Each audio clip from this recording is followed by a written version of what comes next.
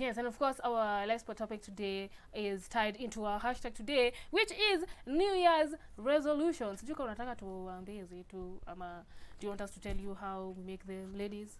Which direction are we going in? I think tuna flow. Tuna flow. We are just going with the flow. Discuss 20 months. Yeah. What are yours? Yes. I stopped making New Year's resolutions. Akimi and you sis, we together. At time, I'm like, when you ask me at next year, what am I planning? You don't know. I think I've been unplanned so much this year to a point, and I'm like, I got plans. Yeah, I just have plans. Yeah, because your life will be busy saying, "Mi sipangwingwi." Sipangwingwi, by the way. Sipangwingwi. So sita pangwingwi. Yeah. Anyway, but I stopped making New Year's set New Year's resolutions. What I usually do is I just continue with my plans. You know, I make long-term goals, I make mid-term goals, and I make short-term goals, and I just follow them every year. You know, I fell back on maybe like a long-term goal 2 years ago. This could be the year where I start it again. I don't have like an actual New Year's resolution. Okay, I just make plans and just remind myself to do better than I did last year. Yeah. For me, this coming year, I just want to base the entire experience.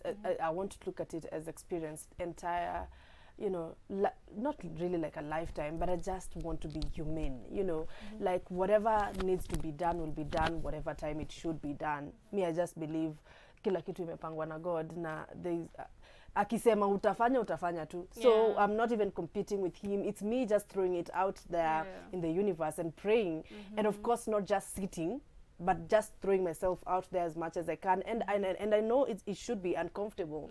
And I know when I think I was reading something and it was really beautiful to read, like the fact that growth is uncomfortable. Yeah, true. And we have to be comfortable being uncomfortable. And that spoke really a lot. Mimi, as much, mi nataka tu work na bigger brands, you know, I want to just challenge myself this coming year. And I know it's like a new slate for me and everyone else. Like tomorrow, like it's a blank new book, 365 pages. It's a choice that you have to make to write a good book. And me bora in a revolve around growth, no matter how small the growth might be, as long as I don't, you know, as long as nime challenge kile nilifanya last year, mi niko tu sawa, imagine. Nice. I feel like my 2022 it's going to be pretty interesting. So much in store, so much that I have, you know, I'm anticipating to do.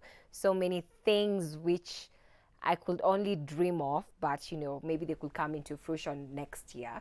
And the only thing I can do is pray and hope that, you know, God gives me the grace and is merciful to me, so that I get to see, you know, to see next year, to get through next year, and for everything according to his will, of course, to just fall into place. I feel like I have so much zenye I'd really want to happen next year. The same way I had so many, I think 2021 imenifundisha ile kitu ya I was anticipating a lot of things, and then anticipation down the drain. Then I had to learn how to live and with to accept that with all the yes. anticipation, and it was very disappointing.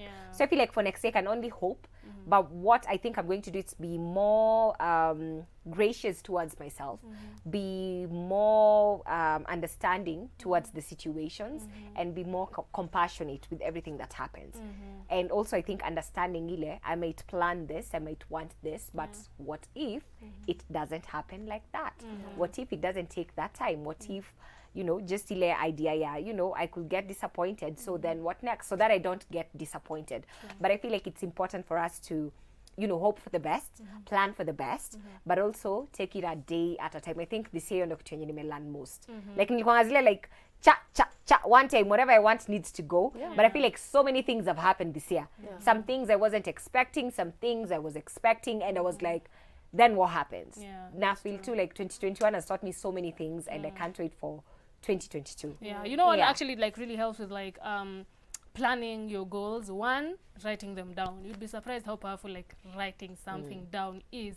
Like when just saying I want 100 million, not even 100 million, like 1 million Kenya shillings. If you write it down, you'd be surprised how quickly it happens. And another thing that also that helps is vision boards. I actually remember I saw Issa Rae, the lady who has done Insecure, she was showing her vision board from 5 years ago, and she literally has every picture that she put up there. She has her own show. She has a house with a swimming pool, because sometimes how your brain works is the more you see a picture, the more it stays in your brain. And you, even without you thinking about it, it's subconsciously it's in your brain. It's not even Issa Rae. I've seen a few people do it, and they show vision boards of like 10 years ago, 3 years ago, and they literally have everything that was on that board. So either write it down or have a vision board where you just put pictures of the things that you want. It really helps. And there's so many times we are not gracious ourselves to our own selves. We are like, sisi ndio unajipush zaidi. We forget that even baby steps count too.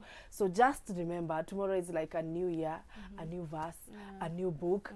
But ultimately, we write this book. And it is your choice to write and narrate how you want it to be written. You know, usiache mtu mwingine tell story yako. You tell what your story is. Monanga vitu zingine mtu anasema about wewe unashanga, is that even me? You know, like kuna vitu azifai kubother wase in 2022. Tunaingia in an election period again. Wacha niwakumbushe, msikue wajinga. Maybe that's very true, but I think also something very important, it's just one of the things Nili learned this year and also 2020. And looking back, I'm like, it's quite interesting. We can always have a plan. Like, you know, I'm not gonna do, I'm gonna do, right? But then sometimes life happens and things can shift a bit, and they can shift for good. So like embracing whatever shift comes, it still works for something else. Because I always feel like we can have a plan. This is what I want to do. This is what I think I'm supposed to do.